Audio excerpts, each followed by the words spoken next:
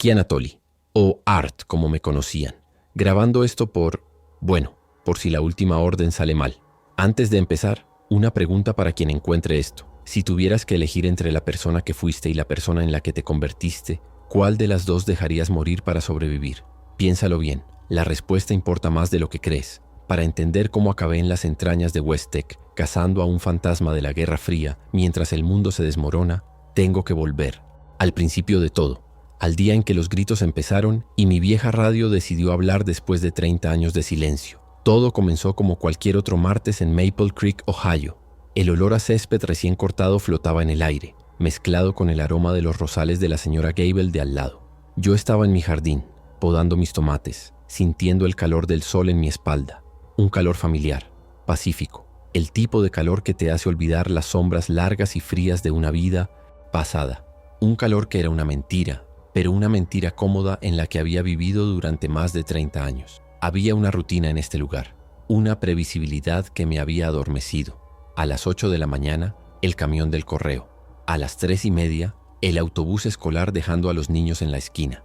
A las 5, el olor de las barbacoas encendiéndose en los patios traseros. Era el latido del corazón de un pequeño pueblo americano, un ritmo que había aprendido a amar, o al menos a apreciar por su absoluta falta de sorpresas. Hoy, ese ritmo se rompió en 1000 pedazos. El primer indicio fue el sonido. No los gritos, todavía no. Fue la ausencia de sonido. El cortacésped de mi vecino Dave se detuvo de repente. El ladrido del perro de los Henderson se cortó a mitad. Incluso los pájaros parecieron callarse. Un silencio antinatural cayó sobre la calle, pesado y denso como una manta mojada. Mi nuca se erizó, un instinto que no había sentido desde una noche helada en Berlín Este, en el 83. Luego vinieron las sirenas, no una o dos, sino una cacofonía. Empezaron lejos, una nota discordante en la sinfonía suburbana, pero rápidamente se multiplicaron, viniendo de todas direcciones, superponiéndose en un aullido de pánico. No se dirigían a un lugar concreto, parecían estar huyendo.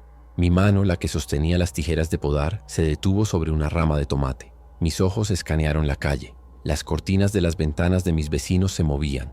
La normalidad se estaba deshilachando. Fue el grito de Marta, la esposa de Dave, lo que me hizo soltar las tijeras. No fue un grito de sorpresa o de dolor. Fue un chillido gutural, animal, que se cortó con un gorgoteo húmedo. Miré por encima de la valla de madera blanca que separaba nuestras propiedades. Lo que vi no tenía sentido. Dave, un hombre cuya mayor agresión era quejarse de los impuestos, estaba sobre ella.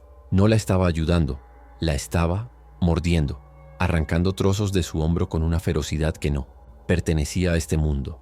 El viejo entrenamiento se activó como un interruptor. Mi mente se vació de Art, el contable jubilado. El análisis de amenazas tomó el control. Vecino, comprometido, hostil. Amenaza, directa, impredecible. Ruta de escape, mi puerta trasera, hacia el sótano. No sentí horror, no sentí pena, solo una fría y punzante claridad. La clase de claridad que te mantiene vivo cuando todos los demás están muriendo. El mundo que conocía se había acabado en los últimos 90 segundos. Me moví con una fluidez que mis viejos huesos no deberían poseer. No corrí. Me deslicé hacia la casa con la espalda pegada a la pared, usando los rosales como cobertura visual. Mis oídos captaban cada nuevo sonido. El cristal de una ventana rompiéndose a lo lejos. Otro grito, el chirrido de unos neumáticos. Mi cerebro lo catalogaba todo, construyendo un mapa sónico del caos creciente. La puerta trasera se abrió con un clic silencioso. Estaba en casa, a salvo, por ahora. Dentro, el lote silencio de mi casa era un santuario. El olor a cera para muebles y a libros viejos era reconfortante, pero la ilusión se hizo añicos. El mundo exterior se filtraba a través de las ventanas. Vi a gente corriendo por la calle, sin rumbo. Algunos tropezaban y caían y no se levantaban. Otros eran derribados por figuras que se movían con una rapidez espasmódica y antinatural. No era un disturbio, era una plaga, una casa.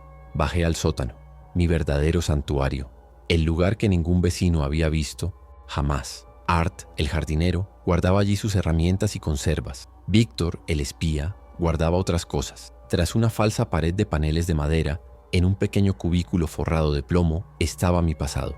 Un maletín de cuero, una pistola Makarov desmontada y envuelta en tela aceitada, y sobre una pequeña mesa, una radio de onda corta de la era soviética. El polvo cubría la radio como un sudario.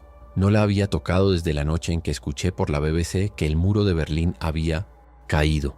Esa noche me emborraché con un vodka que había guardado para celebrar o para llorar, sin saber cuál de las dos cosas estaba haciendo. Pensé que la radio permanecería en silencio para siempre, una reliquia de un país que ya no existía en los mapas, una tumba para la mitad de mi vida. Pero mientras el caos crecía fuera, una pequeña luz roja en la radio parpadeó.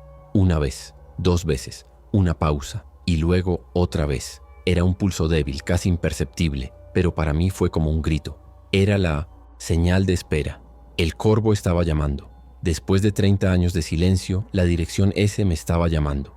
Un escalofrío que no tenía nada que ver con la temperatura del sótano me recorrió la espalda. Era imposible. Mis dedos, acostumbrados a la tierra suave y a las delicadas hojas de las plantas, se movieron con una memoria ancestral. Giré el dial, sintiendo los clics familiares bajo la yema de mis dedos. La estática llenó la habitación, un siseo como el de una serpiente. Pasé por las frecuencias comerciales, por las bandas de radioaficionados, hasta llegar a una frecuencia muerta, un lugar donde solo debería haber silencio. Y allí estaba, una voz. No era humana, no del todo. Era una voz monótona, generada por una máquina, leyendo una serie de números en ruso. Sem, Deva, Piat, Odin, Shest, 7, 2, 5, 1, 6. La melodía de mi juventud.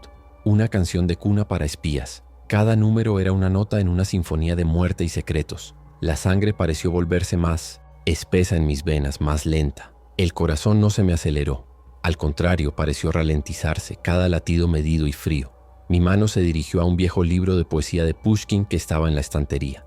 Otro objeto de mi vida como art, pero su propósito era otro. Pegué la contraportada y se desprendió, revelando un pequeño compartimento. Dentro había una libreta de un solo uso, la herramienta para descifrar el lenguaje de los fantasmas, el código que me conectaba con un mundo que creía enterrado. Mientras anotaba los números, mi mente trabajaba en 2 niveles. Uno se concentraba en la tarea, en la transcripción precisa, en recordar el protocolo. El otro nivel, el de Víctor, estaba escaneando. ¿Qué significaba esto? La dirección S fue disuelta. La KGB era historia. ¿Quién enviaba este mensaje? ¿Un remanente? ¿Un grupo disidente? ¿O era una trampa, una vieja red reverberando con su propia muerte? El proceso era lento, metódico. Cada grupo de números correspondía a una página, una línea y una letra en la libreta.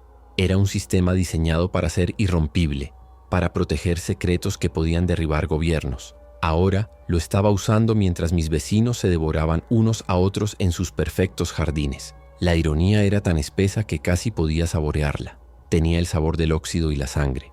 Miré por la pequeña ventana del sótano que daba al nivel del suelo. Pude ver un par de pies corriendo, seguidos de otros pies que se arrastraban, tropezando. Un zapato se cayó. Un mocasín caro que reconocí. Pertenecía al señor Henderson. Nunca volvieron a recogerlo. El sonido de los huesos de su tobillo rompiéndose fue claro y nítido. Me obligué a apartar la mirada y volver a los números. Las distracciones te matan. Poco a poco, las letras empezaron a formar palabras. Palabras que no tenían sentido al principio, pero que lentamente se unieron en una frase coherente. Mis manos no temblaban, pero sentí una gota de sudor frío recorrer mi espina dorsal. No era el contenido del mensaje lo que me helaba la sangre todavía. Era el hecho de que existiera. Era la prueba de que mi tapadera, mi vida entera, nunca había sido realmente mía. Siempre había estado esperando. La última cifra cayó en su lugar. Leí la frase completa una vez, luego otra.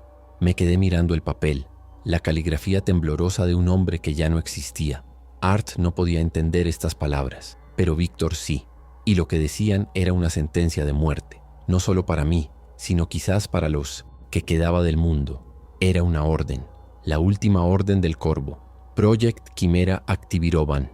Proyecto Quimera activado. Mi respiración se atascó en mi pecho. Quimera, un nombre susurrado en los campos de entrenamiento. Una leyenda, un proyecto de armas biológicas tan horrible que incluso la dirección S lo consideraba un último recurso. Un arma diseñada para no dejar nada más que silencio a su paso. Un arma que se suponía que había sido destruida. La siguiente línea era la tarea. Lokalizovat. Istochnik. Contener la fuente. La palabra contener era un eufemismo de la KGB. Significaba borrar de la existencia. Destruir tan completamente que nadie pudiera volver a encontrarlo. Y la fuente, la implicación era clara como el cristal. El caos que se desarrollaba en mi calle no era un acto de Dios ni un accidente de la naturaleza. Era una fuga, una de las nuestras. Y luego, la ubicación. Object, Buenaya Laboratorilla, West Tech.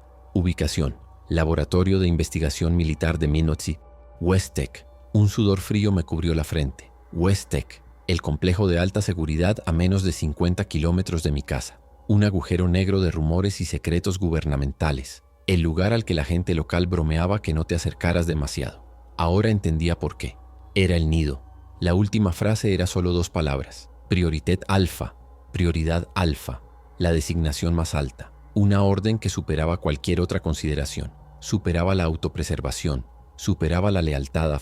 Cualquier otra cosa que no fuera la misión. Era un comando absoluto, grabado en mi psique por años de condicionamiento brutal. Una orden de un gobierno muerto enviada por un fantasma para cumplir una misión suicida. Me levanté y me acerqué a la pared de herramientas de Art. Mis manos pasaron por encima de las palas de jardín, los rastrillos y las azadas. Detrás de ellas, en un compartimento oculto accionado por un pestillo magnético, estaba el resto del equipo de Víctor. No armas de fuego, pesadas, sino las herramientas de mi oficio. Ganzúas, cables de estrangulamiento de garrote, jeringuillas hipodérmicas, viales de vidrio con líquidos incoloros, las herramientas de un fantasma. Subí las escaleras del sótano en silencio. La casa estaba igual, pero todo se sentía diferente. El sol que entraba por la ventana ya no parecía cálido y acogedor, sino duro y acusador. Cada objeto, cada mueble que había comprado, cada foto en la pared, todo parecía parte de un decorado. La vida de Art era una cáscara vacía, y Víctor la estaba rompiendo desde dentro. Me asomé por la ventana del salón, manteniéndome fuera de la vista. La calle era un matadero. Los cuerpos yacían esparcidos por el césped. Algunos de los infectados, mis antiguos vecinos, deambulaban sin rumbo, con la boca y las manos cubiertas de sangre. Se movían de forma errática, con las cabezas ladeadas en ángulos imposibles. Sus ojos estaban vacíos de todo, excepto de un hambre voraz. Mi mente de espía evaluó la situación con una calma aterradora. El barrio era una zona caliente. Las rutas de salida principales estarían comprometidas. La supervivencia a corto plazo requería fortificar la posición. La supervivencia a largo plazo, la misión, requería infiltrarse a través del infierno para llegar a West Tech. El dilema se apoderó de mí, un peso físico en mi pecho. Podía quedarme. Mi casa era una fortaleza. Tenía comida, agua y las habilidades para defenderme. Podía sobrevivir aquí durante meses, tal vez incluso años. Podía usar mi conocimiento para proteger este pequeño rincón del mundo, la única casa de verdad que había conocido. Podía dejar que Art, el amable vecino, ganara. Era la opción lógica, la opción cuerda, o podía obedecer. Podía honrar un juramento hecho a un país que me había abandonado. Podía aceptar una última misión imposible, no por patriotismo, sino por algo más oscuro, responsabilidad. Si Quimera era nuestra plaga, entonces era nuestro deber limpiarla. Era la oportunidad de Víctor, para que su vida de mentira significara algo al final, un acto final de expiación. Miré a la casa de Dave. La puerta principal estaba abierta. No había señales de Marta, solo una mancha oscura y húmeda en el porche. Conocía a Dave desde hacía 20 años. Me había ayudado a arreglar mi tejado el verano pasado. Habíamos compartido cervezas y visto partidos de fútbol juntos. Mi mente debería haber sentido dolor, pérdida. En cambio, solo veía una variable eliminada, una amenaza neutralizada por sí misma. Este era el veneno de mi antiguo trabajo. Te vaciaba de las emociones que te hacían humano, reemplazándolas por ángulos, trayectorias y cálculos de riesgo. Era eficiente para la supervivencia, pero te dejaba hueco por dentro. Había pasado 30 años rellenando ese hueco con tomates, charlas triviales y la ilusión de una vida normal. Y ahora, todo se había desvanecido. Tomé la pistola Makarov del compartimento del sótano. El metal frío se sentía extrañamente reconfortante en mi mano, más natural que cualquier herramienta de jardín. El peso era familiar. El equilibrio era perfecto. La ensamblé en la oscuridad, un ritual muscular que mis manos recordaban a la perfección. El clic del cargador al encajar en su sitio fue el sonido más real que había oído en todo el día. Mi entrenamiento no era para luchar contra hordas. No sabía cómo manejar un rifle de asalto contra una multitud. Mi arte era el silencio, el engaño, el golpe único y preciso, un veneno en una bebida, un cuchillo en la oscuridad, desaparecer a la vista de todos. ¿Cómo se aplicaban esas habilidades a un apocalipsis? La respuesta era simple. No luchas contra la tormenta, te mueves entre las gotas de lluvia. La decisión ya estaba tomada, en el momento en que la radio habló. Nunca hubo realmente una elección. Art era la máscara, y la fiesta de disfraces había terminado. Víctor tenía una orden: prioridad alfa. El contador que cultivaba tomates premiados estaba muerto. El espía que tenía que salvar el mundo de Sinset. Los pecados de su propio pasado había vuelto a nacer. Mi primer paso fue asegurar el perímetro, pero no de la forma en que lo haría un civil. No puse tablas en las ventanas. Eso es un cartel de superviviente aquí.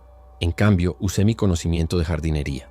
Coloqué discretamente rastrillos y azadas en la hierba alta, ocultos a la vista, creando trampas simples pero efectivas. Un infectado que se acercara tropezaría, haciendo ruido, dándome una advertencia. Luego me ocupé de las entradas. No las bloqueé, las alteré.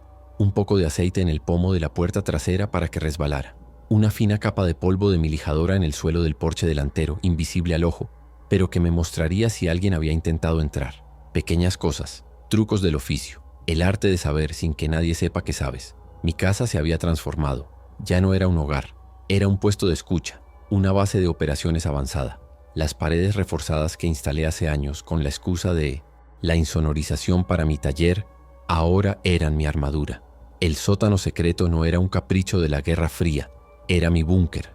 Estaba perfectamente preparado para el colapso de la sociedad, solo que el enemigo no eran los federales, sino mis vecinos. Revisé mis suministros, no solo las latas de judías y las botellas de agua que Art había almacenado, sino los suministros de Víctor: amoníaco, lejía, anticongelante, ingredientes para crear compuestos volátiles o venenosos, bolsas de fertilizante de nitrato en el cobertizo del jardín, azúcar en la despensa. Tenía los componentes básicos para fabricar explosivos improvisados, el arsenal de un insurgente escondido en el corazón de los suburbios. El sol empezó a ponerse, pintando el cielo de un naranja y un rojo enfermizos, el color de la sangre y el fuego. El sonido de los gritos había disminuido, reemplazado por un silencio más profundo y aterrador, salpicado por gemidos bajos y el sonido ocasional de algo rompiéndose. La noche traería un nuevo tipo de terror, para ellos. Para mí, la oscuridad era una vieja amiga. Me senté en la mesa de la cocina, con la Makarov delante y el mensaje descifrado al lado. El dilema existencial había desaparecido, reemplazado por la fría lógica de la planificación de la misión. West Tech era el objetivo. La contención era la meta. Anatoly, el hombre que había entre medio, era irrelevante. Solo importaba el resultado. Miré por la ventana una última vez. La luna llena se alzaba sobre las casas silenciosas, iluminando las figuras que se arrastraban por las calles. No eran zombies de las películas, no eran monstruos. Eran el señor Gable, la señora Henderson, el chico que repartía el periódico. Eran mi comunidad, eran la vida que había construido y eran el campo de batalla que tenía que cruzar. El contador Art quería llorar por ellos. El espía Víctor solo veía obstáculos que superar. Y Víctor era el que estaba al mando ahora. Mi primer objetivo era el mapa. No los mapas de carreteras que se compran en las gasolineras, sino los mapas topográficos detallados del condado que guardaba enrollados en un tubo de cartón. Los extendí sobre la mesa de la cocina, sujetando las esquinas con latas de sopa. La luz de una única vela proyectaba sombras danzantes sobre el papel, convirtiendo las suaves colinas de Ohio en montañas y valles de oscuridad. West Tech estaba marcado con un pequeño círculo a lápiz que hice años atrás, una simple precaución. Ahora, ese círculo era el centro de mi mundo. Las carreteras principales estaban fuera de toda consideración. Se convertirían en cementerios de coches y trampas mortales, llenas de pánico y ahora de infectados. Mi ruta tenía que ser a través del país. Seguiría el arroyo, el Little Creek, hacia el norte, manteniéndome en el terreno boscoso. Era un camino más largo, más difícil, pero ofrecía cobertura. El anonimato era mi mejor arma. Un fantasma no usa la autopista. Mi dedo trazó la ruta, una y otra vez, memorizando cada curva, cada elevación, cada posible punto de emboscada. La noche fue una sinfonía del infierno. El silencio era lo peor, un lienzo en blanco sobre el que mi oído entrenado pintaba los sonidos más pequeños. Un arañazo en la puerta del garaje, un gemido bajo que el viento traía desde la calle, un golpe sordo y húmedo contra la pared delantera de la casa. No me moví, no miré. Mirar solo alimenta el miedo. En su lugar, me concentré en la respiración, manteniéndola lenta y regular, un metrónomo en el punto.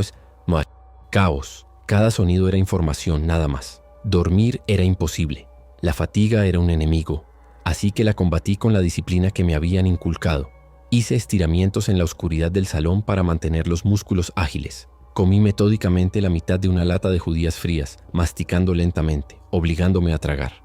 El sabor era irrelevante. Era combustible. Mi cuerpo era una máquina y necesitaba mantenimiento para la tarea que tenía por delante. La parte de mí que era Art añoraba una cama caliente. Víctor sabía que la comodidad era el camino más corto hacia una tumba. Antes del amanecer empecé a preparar mi equipo. El minimalismo era clave.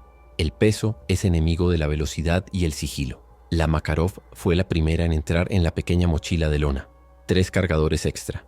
No más. Si necesitaba más de 32 balas, significaba que mi plan había fallado catastróficamente. Mi combate no se basaba en la potencia de fuego, sino en evitar la lucha por completo. La pistola era un último recurso, una herramienta para crear una salida, no para mantener una posición. Junto a la pistola, coloqué mis ganzúas en su estuche de cuero.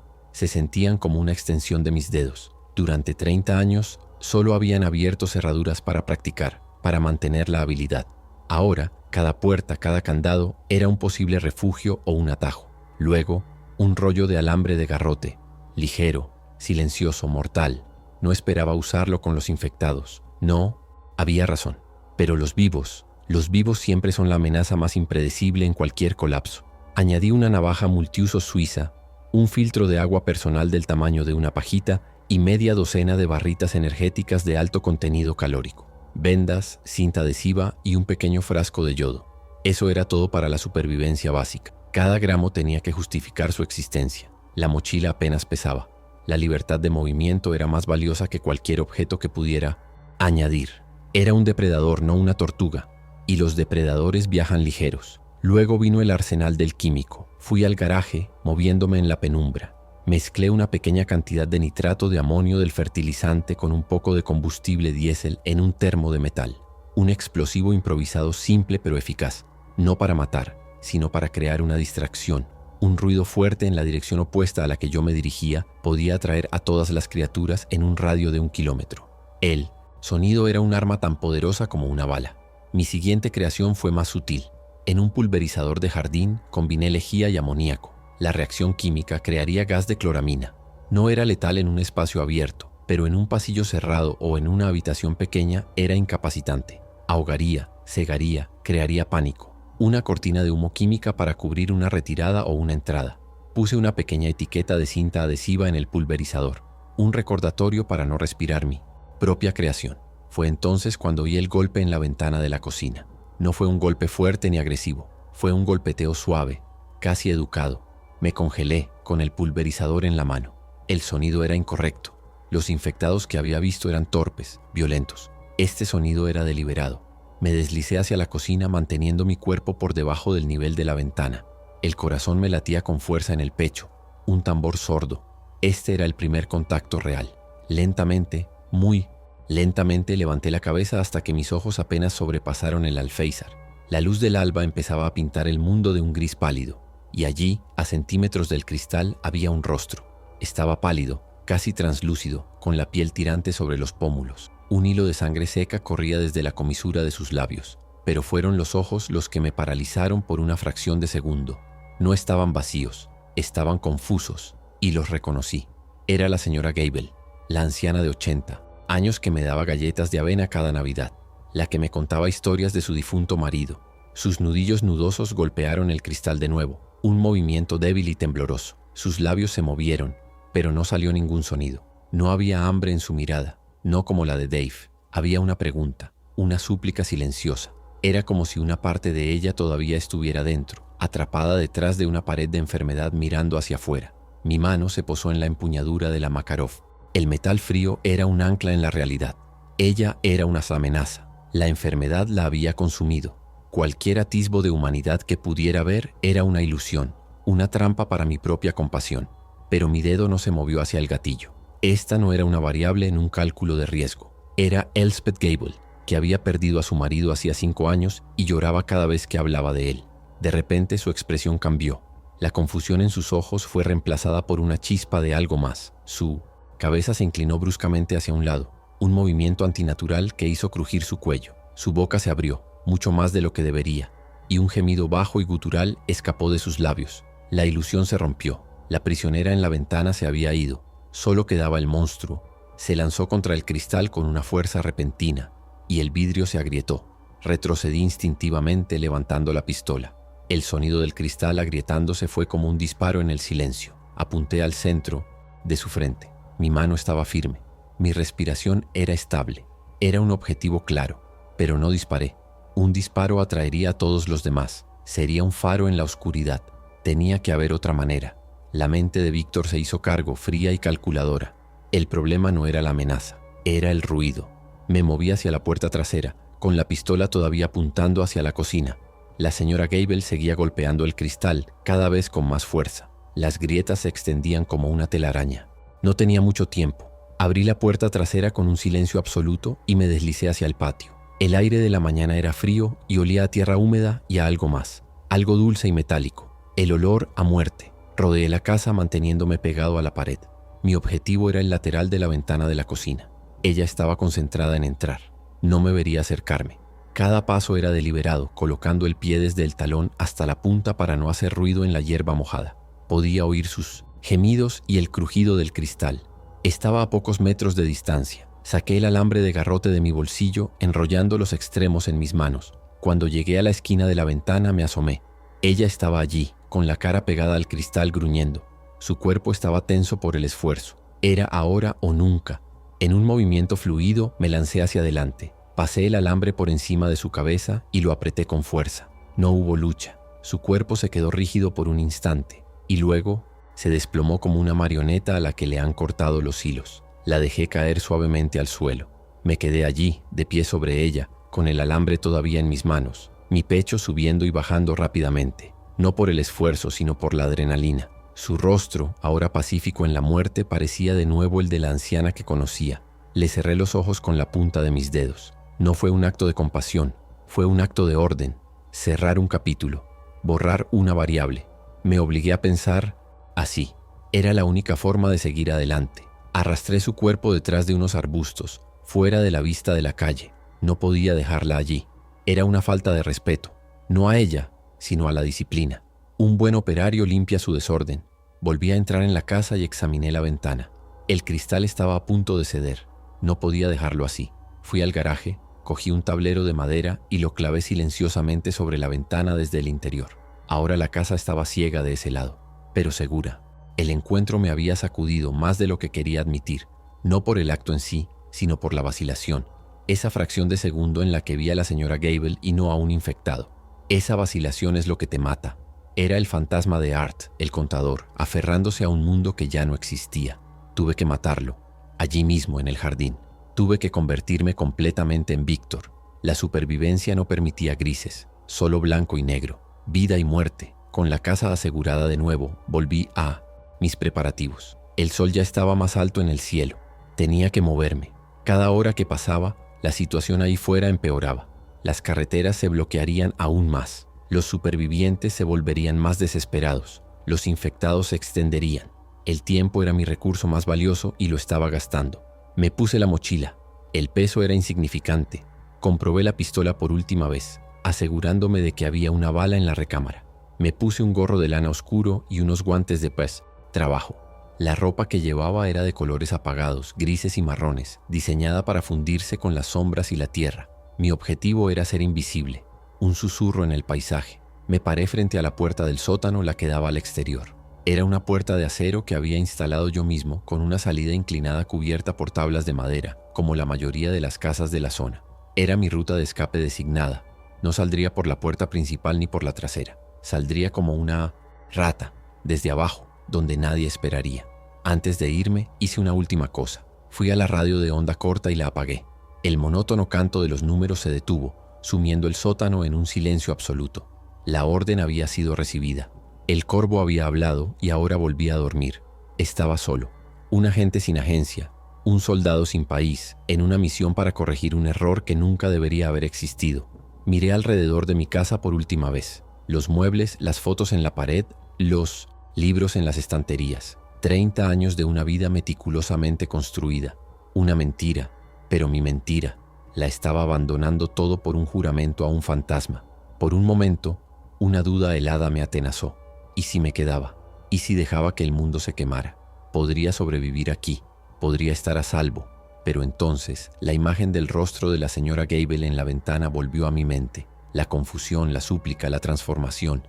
Esa plaga quimera no se detendría en Maple Creek, no se detendría en Ohio, se extendería como un incendio forestal hasta que no quedara nada que quemar.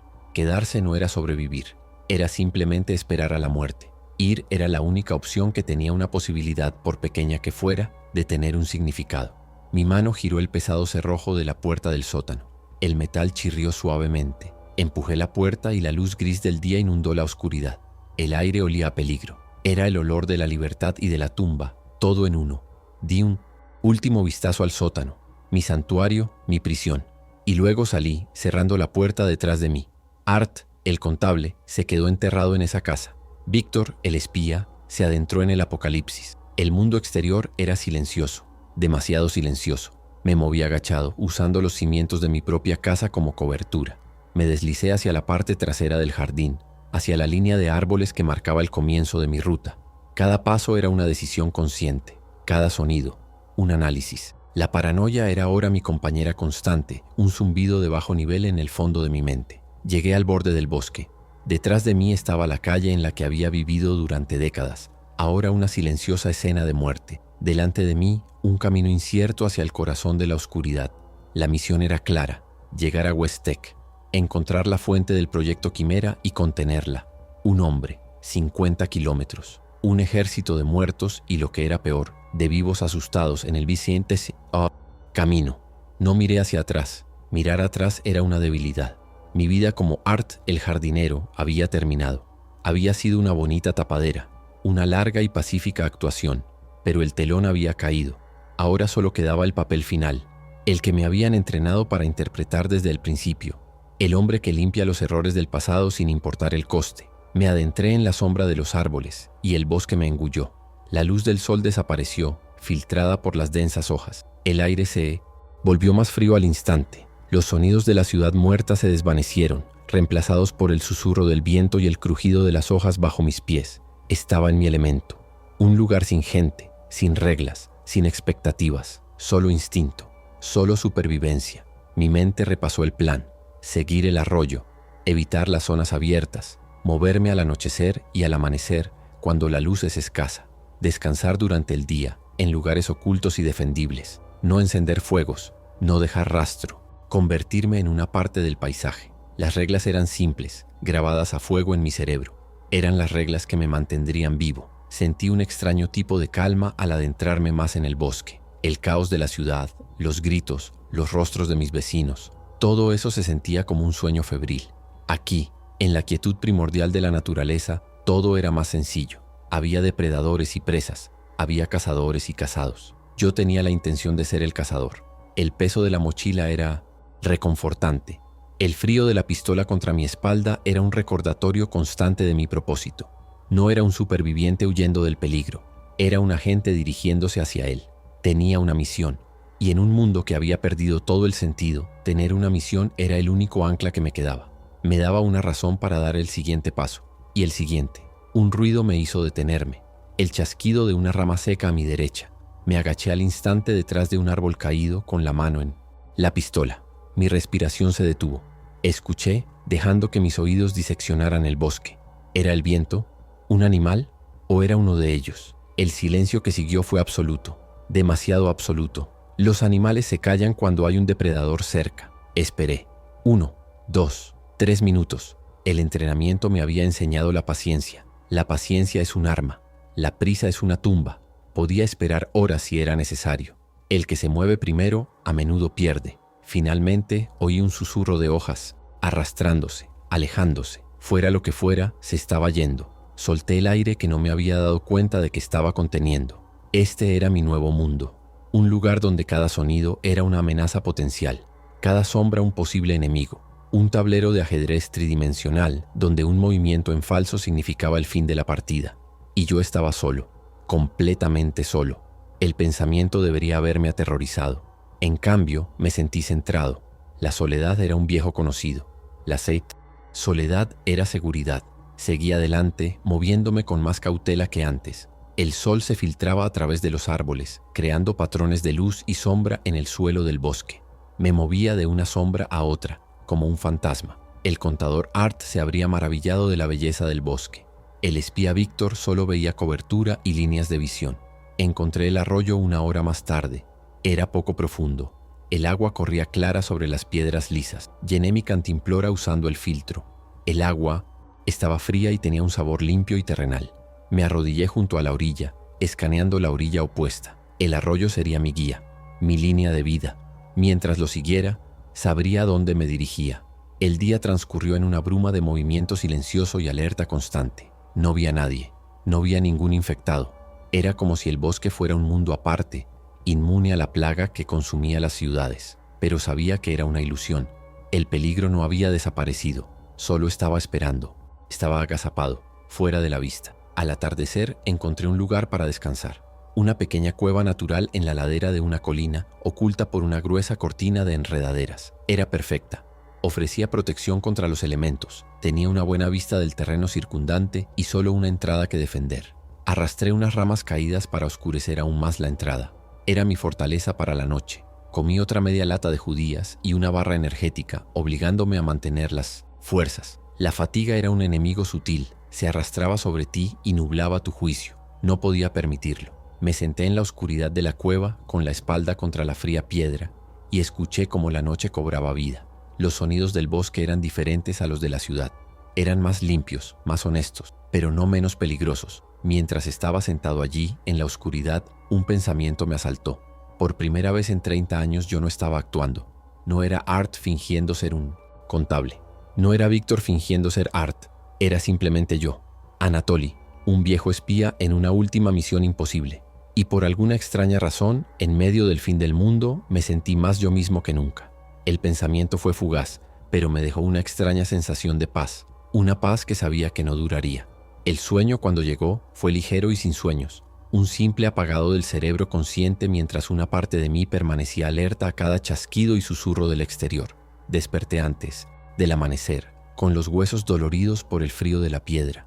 El cuerpo de un hombre de 70 años no está hecho para dormir en el suelo de una cueva, por mucho que la mente insista en que es necesario. Cada articulación protestó mientras me ponía de pie. Un recordatorio de que mi principal enemigo no eran los infectados, sino el tiempo mismo. El tiempo estaba desgastando la máquina que necesitaba para completar esta misión. Salí de la cueva al mundo gris del alba. El aire estaba inmóvil y pesado. Seguí el curso del arroyo moviéndome con un propósito renovado pero con una cautela aún mayor.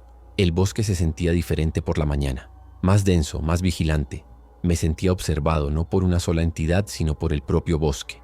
Era una paranoia útil, un sexto sentido que me había mantenido vivo en ciudades llenas de ojos hostiles. Aquí los árboles eran los edificios y las sombras entre ellos las callejuelas peligrosas. Fue a media mañana cuando encontré las primeras señales de otros. No de los infectados, sino de supervivientes. Una pequeña fogata mal apagada, con el humo todavía subiendo en una fina columna delatadora. Un idiota. Un fuego es una invitación a cenar, y tú eres el plato principal. Cerca, una lata de comida vacía y huellas. Un hombre, una mujer y un niño, a juzgar por los tamaños. Se dirigían en la misma dirección que yo, hacia el norte, hacia Westek. Mi primer instinto, el de Víctor, fue dar una amplia vuelta. Los civiles eran un riesgo. Hacían ruido, cometían errores. Su pánico era contagioso. Eran un ancla que no podía permitirme. La misión era todo lo que importaba. Pero entonces vi algo más. Una pequeña muñeca de trapo tirada en el barro cerca de la orilla del arroyo. Le faltaba un ojo de botón. La imagen del juguete abandonado despertó algo en mí. Un eco de Art. La vida que había dejado atrás incluía niños riendo en la calle. Decidí no evitarlos, sino seguirlos. A distancia. Usarlos como un sistema de alerta temprana. Un canario en una mina de carbón. Era un pensamiento frío, cruel, pero práctico. Ellos harían saltar cualquier trampa o atraerían a cualquier peligro antes de que yo llegara. Me mantuve a unos 200 metros detrás de ellos, moviéndome entre los árboles, observando. Eran ruidosos, tropezando, hablando en susurros que parecían gritos en el silencio del bosque. El hombre llevaba un rifle de caza, pero lo sostenía como si fuera un objeto extraño, no una extensión de su cuerpo. Los observé durante horas. Vi cómo el hombre discutía con la mujer, sus gestos llenos de miedo y frustración. Vi cómo la niña pequeña tropezaba y empezaba a llorar, y cómo su madre la callaba con una dureza nacida del pánico. Eran una bomba de relojería. Su miedo era un olor que cualquier depredador, infectado o no, podía oler a 1 kilómetro de distancia. Sentí una punzada de algo parecido a la piedad, pero la aplasté. La piedad era un lujo que había sido purgado de mí hacía mucho tiempo. El encuentro ocurrió cerca de un viejo puente de ferrocarril cubierto de maleza. Un lugar perfecto para una emboscada. Ellos se dirigían directamente hacia él. Yo me detuve, buscando una ruta alternativa, una forma de rodearlo. Fue entonces cuando los vi. Media docena de infectados saliendo de debajo del puente. No se movían rápido. Se arrastraban, se tambaleaban, atraídos por el sonido de la familia que se acercaba. El canario estaba a punto de encontrarse con el gas. El hombre levantó su rifle. Demasiado tarde. El primer disparo retumbó en el bosque como un trueno, haciendo que los pájaros salieran volando de los árboles. Falló. El pánico había arruinado su puntería. Los infectados, que antes se movían lentamente, ahora se lanzaron hacia adelante con una velocidad espasmódica. El segundo disparo del hombre alcanzó a uno en el pecho. Un error inútil. No se detuvo. La mujer gritó un sonido agudo de puro terror. Me quedé inmóvil, oculto tras un grueso roble. Podría intervenir. Tenía la Makarov. Podría eliminar a los infectados con disparos precisos a la cabeza. Podría salvarlos. El impulso de Art, el vecino amable, surgió con una fuerza sorprendente. Salvarlos era lo correcto. Pero Víctor sabía la verdad. Salvarlos significaría revelar mi posición, gastar munición, arriesgar la misión por 3 extraños que ya estaban condenados por su propia incompetencia. La decisión fue tomada por mí. Mientras dudaba, la escena se convirtió en una carnicería. Los infectados cayeron sobre ellos. El hombre fue el primero en caer, abrumado por 3 de ellos. La mujer intentó correr, arrastrando a la niña, pero tropezó. Vi como uno de los infectados, una mujer con un uniforme de camarera, se inclinaba sobre la niña. Aparté la mirada, no por horror, sino por disciplina. La misión era lo único que importaba. Los gritos se convirtieron en gorgoteos y luego en silencio. Esperé a que el sonido de la alimentación terminara. Unos 10 minutos que parecieron una eternidad. Los infectados se dispersaron, lentamente, volviendo a su deambular sin rumbo. El puente estaba despejado. Avancé con cautela, con la pistola en la mano. No miré los cuerpos. Eran irrelevantes. Solo eran recordatorios de las consecuencias del error. Crucé el puente y no miré atrás. El eco de Art, el vecino, se había vuelto mucho más silencioso. El resto del día pasó sin incidentes. El bosque parecía vacío ahora, como si el estallido de violencia hubiera asustado a todo lo que vivía en él. El sol comenzó a descender, y supe que me estaba acercando. El aire empezó a tener un sabor metálico, un olor químico apenas perceptible que se aferraba al fondo de mi garganta. Era el olor de la industria, el olor de Westec. Al anochecer, llegué al borde del bosque y vi mi objetivo por primera vez. El complejo de Westec se extendía por un pequeño valle, una monstruosidad de hormigón y acero que contrastaba con el verde del paisaje. Una alta valla de tela metálica coronada con alambre de espino rodeaba todo el perímetro. Había torres de vigilancia en cada esquina, ahora silenciosas y vacías. La puerta principal estaba bloqueada por un amasijo de vehículos militares y coches calcinados. Había sido una zona de cuarentena, una que había fallado espectacularmente. Se veían señales de una batalla desesperada por todas partes. Cráteres de explosiones en el aparcamiento, cuerpos en uniformes militares esparcidos por el suelo. Y un silencio profundo y antinatural que ni siquiera el viento se atrevía a romper. Era un cementerio, un monumento a la arrogancia humana. Pasé la noche en el borde del bosque, usando mis viejos prismáticos soviéticos para estudiar el complejo. Mi nuevo hogar era un nido de cuervos en la rama más alta de un pino que me ofrecía una vista perfecta del campo de batalla. Observé durante horas trazando un mapa de los movimientos. Había infectados, docenas de ellos, deambulando por los terrenos. La mayoría parecían ser personal militar, sus cuerpos todavía vestidos con los restos de sus uniformes. Pero había algo extraño en sus movimientos. No eran aleatorios, parecían patrullar, seguían rutas específicas, moviéndose con una eficiencia que no había visto en los infectados de mi barrio. Se detenían, miraban, escuchaban. Era como si una parte de su entrenamiento militar hubiera sobrevivido a la enfermedad. Era inquietante. La plaga no solo los hacía salvajes, parecía conservar ciertos patrones. Mi plan de infiltración tenía que ser perfecto. La valla era el primer obstáculo. Había una sección en la parte trasera del complejo que había sido derribada, probablemente por un vehículo que intentaba escapar. Creaba una brecha, una entrada, pero estaba a la vista de una de las torres de vigilancia. No podía saber si había algo esperando allí arriba. Era un riesgo calculado. El objetivo era el edificio principal de investigación, una estructura monolítica sin ventanas en el centro del complejo. La fuente de Quimera tenía que estar allí, en algún laboratorio, subterráneo, en algún núcleo de contención. La orden era contener. Eso significaba que probablemente tendría que llegar al corazón de la bestia y activar algún tipo de sistema de autodestrucción. Una misión de ida. Siempre lo había sido.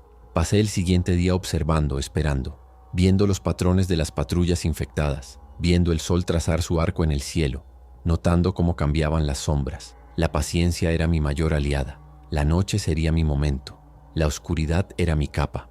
Usaría mi termobomba para crear una distracción en el lado opuesto del complejo, atrayendo a la mayoría de las patrullas. Eso me daría una ventana, pequeña, pero quizás suficiente. Esta es mi última grabación antes de intentarlo.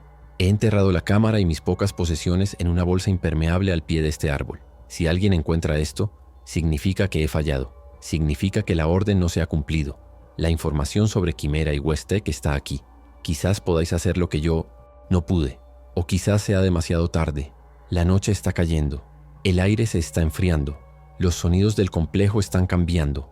Los gemidos de los infectados parecen más fuertes, más ansiosos en la oscuridad. Siento el peso de la Makarov en mi espalda. Siento el frío del detonador en mi bolsillo. No siento miedo, solo una extraña y fría resolución. Una vida de mentiras se reduce a esta única noche, a este único acto. Hay algo más, algo que he estado viendo durante las últimas horas. Hay una figura en el techo del edificio principal. No es uno de los soldados infectados. Es diferente, más grande. Se mueve con una lentitud deliberada, casi inteligente. No deambula, observa. Parece estar dirigiendo a las patrullas de abajo con sutiles movimientos de cabeza. Un pastor vigilando a su rebaño. Y hace unos minutos, bajo la luz de la luna, se giró. Se giró en mi dirección. No sé si puede verme. Estoy a casi 1 kilómetro de distancia, en la oscuridad. Pero sentí su mirada. Era como si una lanza de hielo me hubiera atravesado el pecho. No es solo un infectado. No es un simple monstruo. Es la fuente. Lo sé. Y lo más aterrador es que parece estar esperándome.